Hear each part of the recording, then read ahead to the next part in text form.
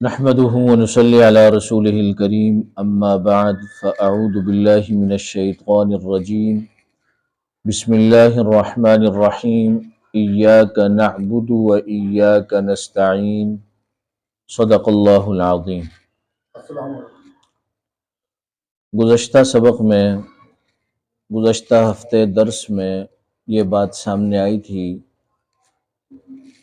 وَإِذَا سَأَلَكَ عِبَادِي عَنِّي فَإِنِّي قَرِيبٌ أُجِيبُ دَعْوَةَ الدَّاعِ إِذَا دَعَانِ، کہ جب میرے بندے میرے بارے میں سوال کریں تو آپ ان سے کہیں کہ فَإِنِّي قَرِيب، میں قریب ہوں، أُجِيبُ دَعْوَةَ الدَّاعِ، پکارنے والے کی پکار کو سنتا ہوں، اذا دعان، جب وہ پکارے۔ آج کے سبق میں اس کا جو عنوان ہے، عنوان یہ ہے کہ عبادت صرف اللہ رب العزت کی اور مدد صرف اللہ رب العزت سے۔ اور اللہ رب العزت نے یہ کلمات ہمیں نماز میں سورہ فاتحہ میں سکھائے، اور سورہ فاتحہ کو ہم ہر نماز کی ہر رکعت میں پڑھتے اور سنتے ہیں، اور اس میں اللہ رب العزت نے ایاک نعبد و ایاک نستعین، اللہ اپنے بندے سے یہ کہلوا رہے ہیں ہم تیری ہی عبادت کرتے ہیں اور تجھ ہی سے مدد طلب کرتے ہیں۔ یہاں اگر ہم تھوڑی سی توجہ دیں اور قرآن مجید میں جو عربی زبان میں نازل ہوا، عربی گرامر کی طرف اگر دیکھا جائے تو یہ عبارت یوں ہونی چاہیے تھی، نعبد ایاک ونستعین ایاک، عبارت یوں ہونی چاہیے تھی، کیونکہ عربی گرامر میں قاعدہ یہ ہے کہ پہلے فعل ہوتا ہے، پھر فاعل ہوتا ہے، پھر مفعول ہوتا ہے۔ یہاں اللہ رب العزت نے قاعدے سے ہٹ کر ایاک نعبد و ایاک نستعین دونوں مقامات پر، ایاک اس کا مقام بعد میں تھا، اس کو اللہ نے پہلے ذکر کیا، دونوں جگہ پر ایاک نعبد و ایاک نستعین۔ اور قاعدہ یہ ہے کہ جس چیز کا مقام بعد میں ہو، اگر اسے پہلے ذکر کر دیا جائے تو اس سے حصر کا فائدہ، کسی معاملے کو اس واقعے میں بند کرنے کا فائدہ ملتا ہے، خاص کرنے کا فائدہ ملتا ہے۔ مطلب یہ ہے کہ جب ایاک دونوں مقامات پر پہلے ہو گیا تو اب تخصیص پیدا ہو گئی، ایاک نعبد، ہم تیری ہی عبادت کرتے ہیں، وَإِيَّاكَ نَسْتَعِينُ، اور ہم تجھ ہی سے مدد طلب کرتے ہیں۔ التقدیم ما حقہ التاخیر یفید الحصر والتخصیص۔ گرامی قدر سامعین، اللہ رب العزت نے صرف اس ایک مقام میں نہیں، قرآن مجید میں 20 مقامات پر اس بات کو بیان فرمائے۔ چنانچہ سورہ بنی اسرائیل کے 3 رکوع میں اللہ ارشاد فرما رہے ہیں وَقَضَىٰ رَبُّكَ أَلَّا تَعْبُدُوا إِلَّا إِيَّاهُ، تیرے رب نے فیصلہ کر دیا ہے کہ عبادت صرف اسی کی ہوگی، کسی اور کی نہیں ہوگی۔ یہ جبین نیاز صرف اسی کے سامنے جھکے گی، کسی اور کے سامنے نہیں جھکے۔ اسی طریقے سے اللہ رب العزت 24ویں پارے میں ارشاد فرما رہے ہیں وَقَالَ رَبُّكُمُ ادْعُونِي أَسْتَجِبْ لَكُمْ، تمہارا پروردگار یہ فرماتا ہے ادعونی، مجھے پکارو، استجب لکم، میں تمہاری درخواست کو قبول کروں گا۔ ادعونی، مجھے پکارو۔ آج جس عنوان کو ہم بیان کرنا چاہ رہے ہیں وہ یہ ہے کہ مدد صرف اللہ رب العزت سے، مدد کے طلب کا جو مرجع حقیقی ہے وہ اللہ رب العزت کی ذات ہے۔ اب یہاں پر بعض دفعہ گمراہ طبقہ جو ہے سادہ لوگ مسلمانوں کو دھوکہ دینے کی کوشش کرتا ہے۔ کیا کہ جی ہم تو عام لوگوں سے بھی مدد طلب کرتے ہیں، کہتے ہیں جی پانی پلا دو، کھانا کھلا دو، میری مدد کر لو۔ کہ اگر یہ اللہ کے علاوہ کسی اور سے مدد طلب کرنا گناہ ہے، شرک ہے، تو پھر تو ہم دنیا میں بہت سارے جگہ پر ہم لوگوں سے مدد طلب کرتے ہیں۔ تو اس کو تھوڑا سا سمجھنے کی ضرورت ہے۔ یہ دنیا دار الاسباب ہے۔ اللہ تبارک و تعالی نے معاملات کو اسباب کے ساتھ جوڑ کے رکھا۔ ایک مدد تو وہ ہے جو ان اسباب کے دائرہ کار میں آتی ہے، اور ایک مدد وہ ہے جو ان اسباب سے بالاتر ہے۔ اسباب کے دائرے میں آنے والی مدد کیا ہے بھائی؟ پانی پلا دیں، کھانا کھلا دیں۔ اسباب سے اوپر درجے کی مدد کیا ہے؟ میری پیاس بجھا دیں، میری بھوک مٹا دیں۔ یہ دونوں باتیں الگ ہیں۔ پانی پلا دیں یہ اسباب کے تحت ہے، کھانا کھلا دیں اسباب کے تحت ہے۔ اور اسباب سے اوپر درجے کی چیز کیا ہے؟ کہ پیاس بجھا دے اور بھوک مٹا دے۔ اگر کوئی شخص کسی سے یہ کہتا ہے کہ مجھے پانی پلا دیں یا کھانا کھلا دیں، تو یہ وہ مدد طلب کرنا ہے جو اسباب کے دائرہ کار میں آتی ہے، اور یہ قطعاً شرک نہیں۔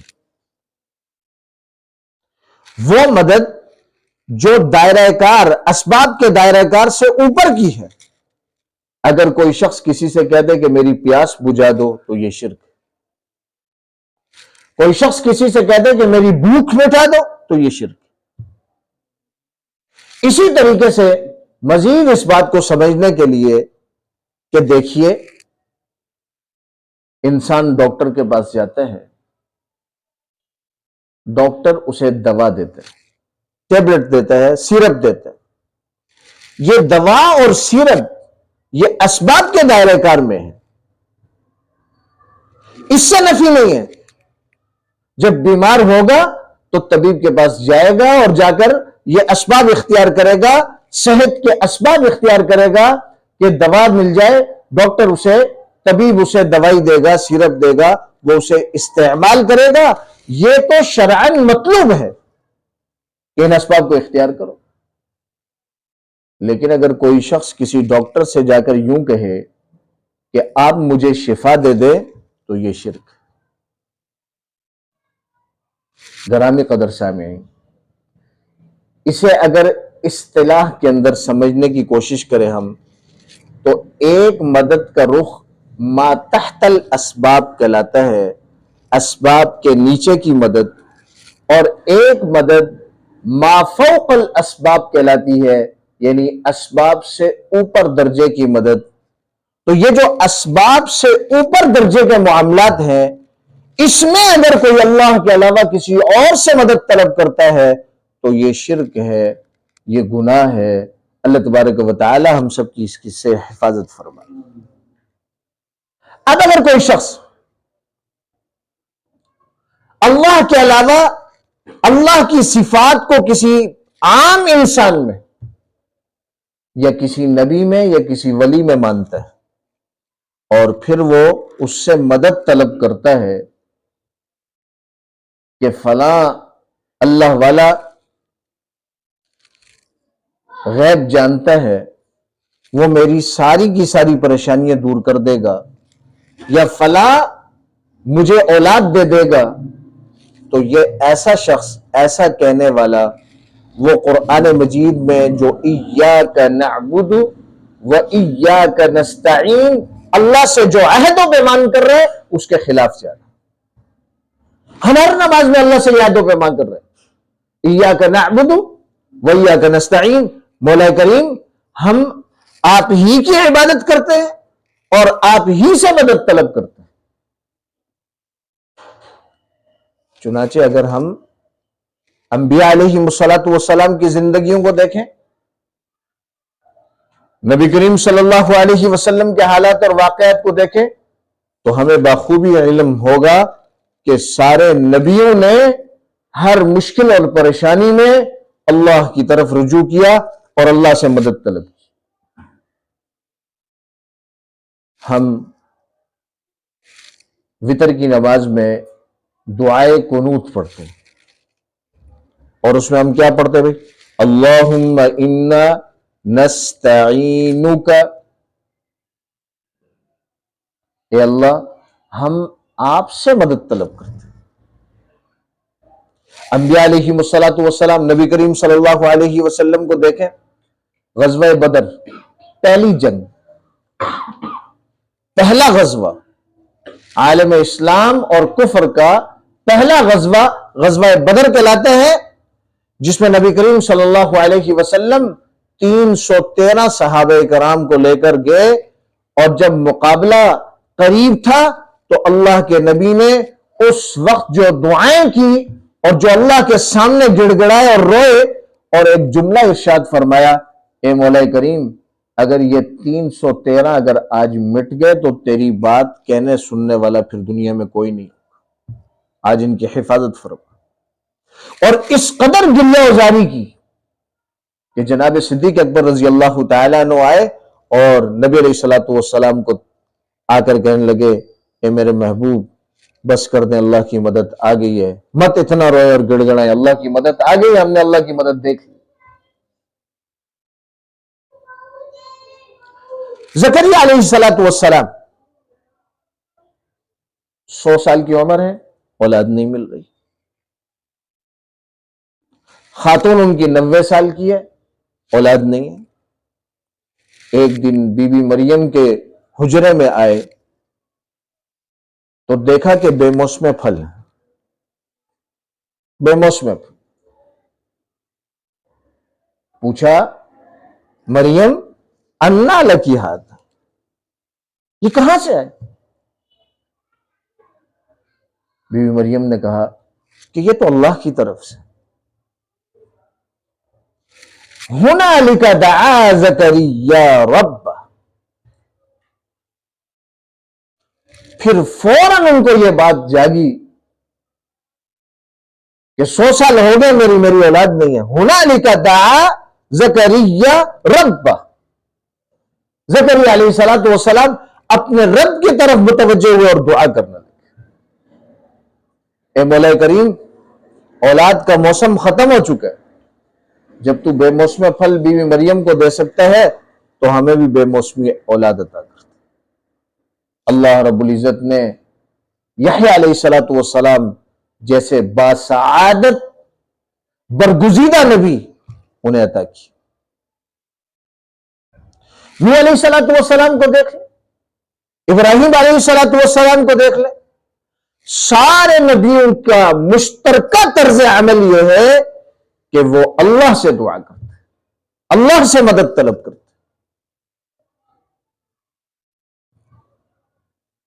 تو جو یہ ہم نماز میں عہد و پیمان کر رہے ہیں اللہ سے کہ وَإِيَّاكَ نَسْتَعِينُ، اے اللہ ہم تجھ ہی سے مدد طلب کرتے ہیں، اس عہد و پیمان کو 24 گھنٹے پورا کرنا بہت زیادہ ضروری امر ہے کہ ہر حال میں پکارنا کس کو ہے؟ مدد طلب کس سے کرنی ہے بھائی؟ اللہ سے۔ حضرت مولانا مفتی تقی عثمانی صاحب دامت برکاتہم العالیہ فرماتے ہیں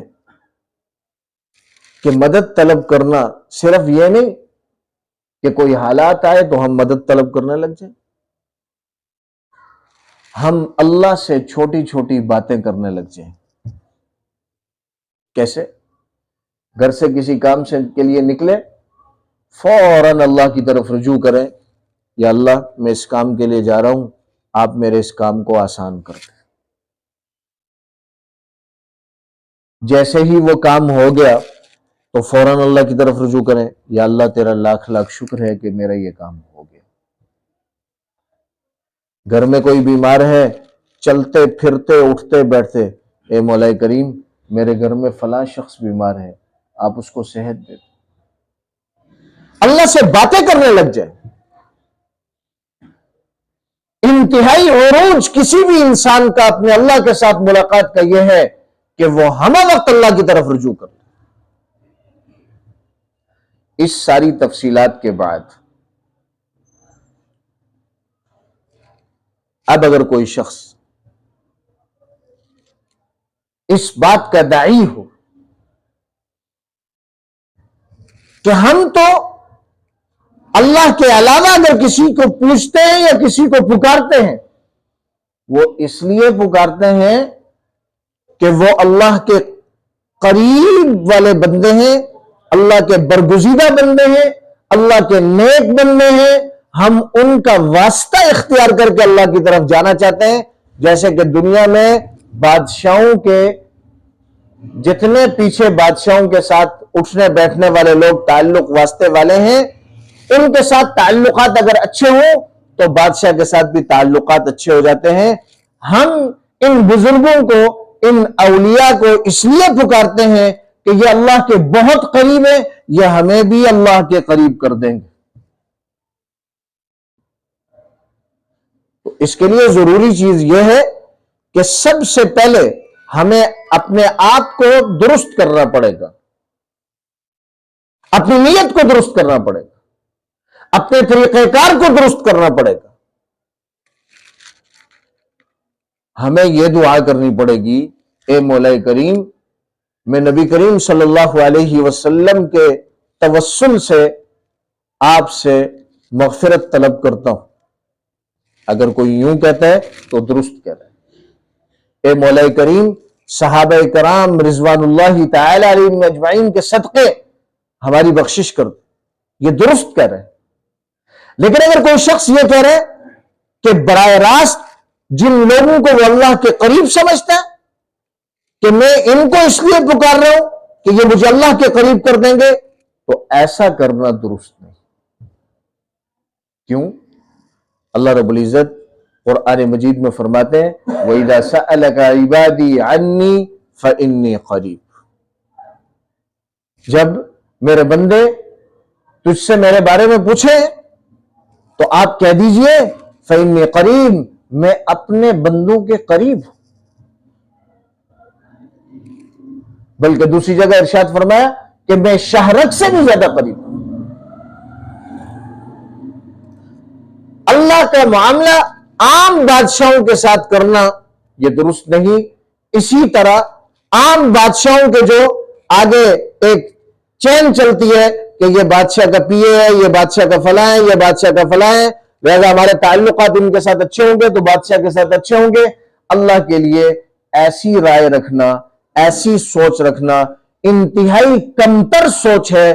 اللہ تو براہ راست ہر بندے کی بات کو سنتا ہے، بلکہ اللہ تو خود فرما رہے ادعونی استجب لکم، مجھے پکارو، براہ راست پکارو، میں تمہاری پکار کو قبول کروں گا، اس کا جواب دوں۔ بلکہ اللہ رب العزت تو ہر نماز میں ایک عجیب منظر پیش فرماتے ہیں کہ ادھر بندہ کہتا ہے الحمدللہ رب العالمین، آسمانوں سے آواز آتی ہے، آسمانوں سے آواز آتی ہے حمیدنی عبدی، حمیدنی عبدی، میرے بندے نے میری تعریف کی۔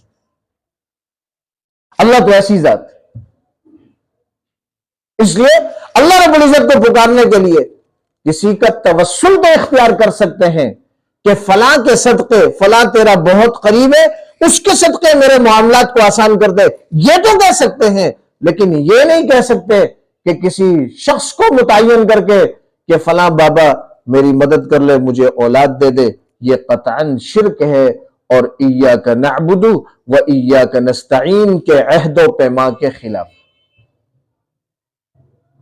چنانچہ ضرورت اس بات کی ہے کہ ہمیں قرآنی تعلیمات کی طرف آنا پڑے گا، ضرورت اس بات کی ہے کہ ہمیں انبیاء علیہم السلام کے طرز عمل پر آنا پڑے گا، ضرورت اس بات کی ہے کہ ہمیں صحابہ کرام رضوان اللہ تعالی علیہم کے نقش قدم کو دیکھنا پڑے گا کہ صحابہ کرام رضوان اللہ تعالی علیہم اجمعین نے کون سا طریقہ اختیار کیا۔ صحابہ کرام تو براہ راست اللہ رب العزت سے اپنا تعلق جوڑنے والے تھے، کیونکہ اللہ رب العزت ہر بندے کی پکار اللہ رب العزت سنتے۔ اللہ تبارک و تعالی سے دعا ہے کہ اللہ رب العزت ہمیں صحیح معنوں میں خالصتاً اللہ ہی کی عبادت کرنے کی اور اسی سے مدد طلب کرنے کی توفیق عطا فرمائے۔ وآخر دعوانا ان الحمد للہ رب العالمین۔